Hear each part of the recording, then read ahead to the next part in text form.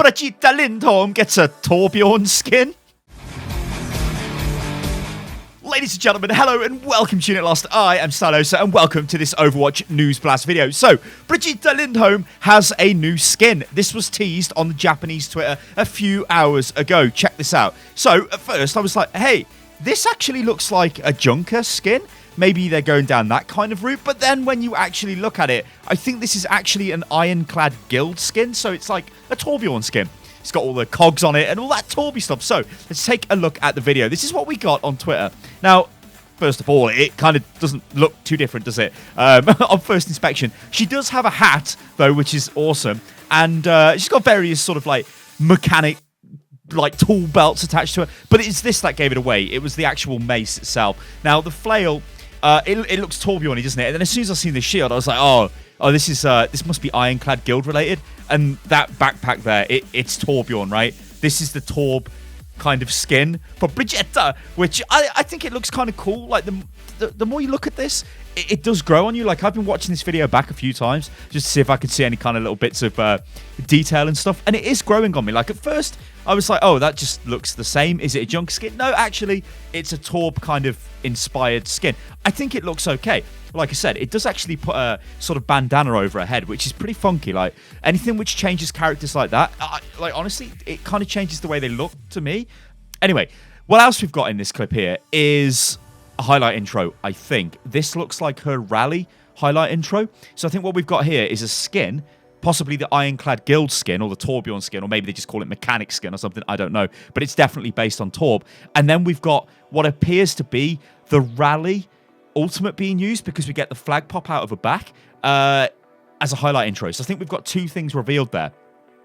So it should just play in a second there. Here we go. So I think this here is a highlight intro. She pops the shield out, camera spins around. I mean, it's very slow, so I think the highlight intro itself will probably be sped up, because this seems a bit long for a highlight intro. But I don't know. You guys, let me know what you think about that in the comments below. Also, I think this means we are going to get skin teases for the PTR, which is a little bit weird. Like, we've never got this before. Normally, what happens is they just put the hero on PTR, and then a week later, or maybe 2 weeks later, they suddenly just apply most of the skins to the hero, so we can just go and check them out in the game. It looks like what they're trying to do now is run a little bit of a social media campaign and go, hey, we're actually going to, well, tease all of these skins. And yeah, like, honestly, I think they should have went for a bit more of a crazy skin to begin the tease with, because she must have some insane legendaries. Like, she must have the Crusader from Diablo 3. That's got to be something. Like, we know they do crossover skins, right? With the other Blizzard games, so she has to have that. I mean, she is the Crusader. Is it Joanna from Heroes of the Storm? She literally is that hero. Anyway, let me know what you think. Let me know. Don't let me know. Let me know. Whatever. Words are difficult sometimes, ladies and gentlemen. Let me know what you think about that in the comments below. All right, next bit of I guess we can call this news, although, to be honest, like, it kind of pains me to be talking about this again. I'm not going to link to any of this. You're just going to have to take my word for it, to be honest, guys, because I don't know whether I should be giving these websites traffic or what, but on ESPN, they reported that one of the Dallas Fuel players, Taimou, who's an extremely good player, and he's actually a nice guy as well, said something he shouldn't have said on a stream. Now, so obviously they report on this, and it's like, oh my god, check this out. Now you might be thinking, Sty, isn't this a little bit hypocritical, because you did report on XQC when he said that? I did, but what I actually spoke about in those videos with XQC, and by the way, watch this. Watch. Oh, it's not yet. I thought this was where I whipped out a god hammer. I didn't whip out a god hammer. I do later on in this clip, I think. Anyway, XQC, yeah? Like, I spoke about XQC, and I was like, look, XQC is kind of like, he said some things he shouldn't have said, and he kept saying them, and like, he's been reprimanded for it, and he's learned from his mistakes, and he moves on, right? That's cool. Now, Taimou has gone and done not a similar thing. Like, it's not as bad on the scale as what XQC did, but this is part of a wider sort of discussion, I think, on the way pros behave. Now, originally, everybody was like, look, guys, they're just pros that play a game. They're not role models. So they don't have to go around and be like, oh, yeah, this is how you behave. The problem is, right, and I don't think I can make this argument any more clear than I'm about to. This is the mace. Yeah, there we go. God mace. Overwatch League players are held to a higher standard because they represent the Overwatch League. Now, if you look at Overwatch League, this isn't some like die-hard sporting event where you've got people screaming and shouting in the audience. It's not like, it's a family-friendly event which, let's be honest, every sporting event is, and no sport likes it when you've got hooligans or people being aggressive or anything like that, right? But Overwatch more so, it's very connected to its audience. It's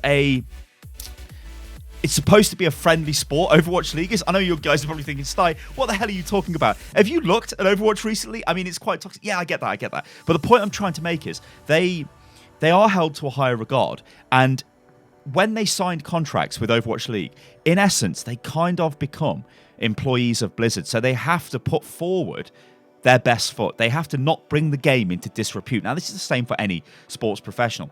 The problem with this is everything is recorded. Like, you don't see the football players or, NFL players or basketball players or baseball players or whatever. You don't see them training non-stop, right? They do not televise their training, or they might televise some of their training games or whatever, but they don't do it all of the time, right? They might swear, they might joke, they might make comments they shouldn't be making. The problem with the esports guys is they stream. And they want to stream because they want that notoriety. They want not notoriety, but they want that exposure, right? Which is great for them, great for their image, great for their team.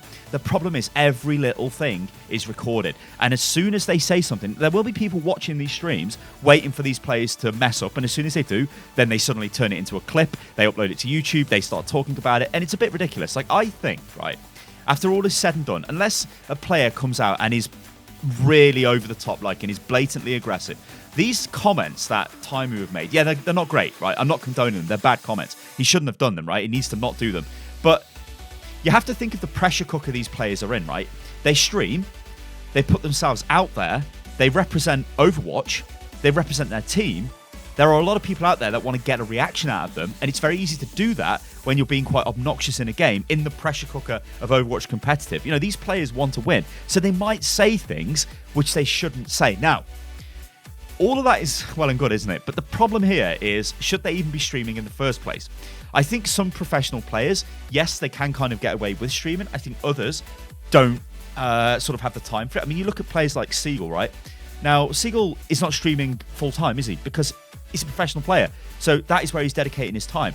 I don't think you can feasibly do both. I don't think you can be a pro, and then I don't think you can be a top-tier streamer at the same time. I think you can for a very brief moment in time. I kind of compare this to me. I cannot make YouTube videos and stream full-time. It would kill me. I would probably be able to do it for a week, and then I would be bad. In fact, I tried to do this before. It is just physically impossible to do that. So, all this being said, what do you guys think? Do you like the Brigitte skin? Let me know what you think about that, and what other ones you think we're going to get. But more specifically, on the fact of pros sort of misbehaving on stream, do you think they should be fined? Do you think they should be, I guess, banned? I mean, when you look at the precedent that was set with XQC, he was banned for an entire season. What he did, though, was, you could argue, was slightly worse than what Taimou did, although Taimou's comments were of the same sort of caliber. It's such a hard situation, this is. Every time this pops up, I'm like, guys, not again, come on, guys. But they put themselves in the pressure cooker, in that environment where, let's be real here. If you guys were in that environment, what would you do? If somebody was every time you played Overwatch, somebody was always being aggressive to you, somebody was always in your face, somebody was always trying to make you, goad a reaction out of you, how would you react? Like, all credit to Blizzard, right? They do allow us to send video clips in and send player tags in with reports on players who are trying to troll us, because there are a lot of names like Stylosa, names like XQC, names like Seagull, names like name loads of people. Those guys are very well known names within Overwatch. So sometimes you'll go into a game and there will be people trying to get a reaction out of you. Would I be telling the truth if I didn't sit here and I'd be lying, right? If I sat here and said, I'm like sitting at a computer like, wow, there's another troll in this game. That's real good fun. No, I'll swear. I'll be like, F this, F that. I'm not broadcasting it, but I will say it, because we're only human. And this is the thing, right? These guys are only human, and, a lot of them are young, right? I'm not necessarily saying that's a defense, because age really isn't a defense. They should know better. They are professionals. That is the key thing here. They are professionals. I don't know. Like, I do feel for them now. Like, I start to think, look, this keeps happening. They know it shouldn't be happening. Like, do we go and look at the team, right? Does this team have any kind of psychological support? Does it have people out there saying, guys, you should not be doing this? Or, guys, if you need to talk to us because, maybe you're feeling a bit stressed, come and talk to us. Don't go and stream.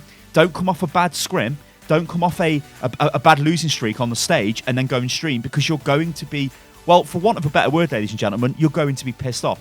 I remember when I used to play professional football. I know I'm going off on a little bit of a tangent here. But when I used to play football, let's say semi-professional level, if you lost the game, it was the worst feeling ever, because you would build up to that match all week. You'd go into the game. If you didn't perform well, or there was something happened and it was out of your control and you lost the game, it was the worst feeling ever. The absolute worst thing you could do after that would be to put yourself out there. And that's what the players do with Overwatch. The Dallas Fuel are underperforming, right? We all know this. They stream, well, they go on the stage, they lose, then they start streaming. They're going to have pent up, not anger, but they're going to be frustrated, right? And I think somebody really needs to step in, because it always seems to be Dallas this is happening to. Let me know what you think about this in the comments below anyway, guys. It is a very contentious subject. It's very touchy as well, because there are a lot of arguments for and against this, but I think I do sympathise with these players. None of them are malicious. I don't think any of them say these things with any intent. They're just comments that they've said. Anyway, ladies and gentlemen, I've been Stylosa from This Is Unit Lost. If you do want to check out that article, then go and Google it. I'm not linking to it because the journalistic approach in that article wasn't great. They didn't actually show any... whatever. Ladies and gentlemen, I've been Stylosa from This Is Unit Lost. If you enjoyed the video, then like the video, and I'll catch you guys on the next one. Oh, remember, you can follow me on Twitter as well, which is @UnitLostGaming. Catch you on the next one, guys. Toodaloo.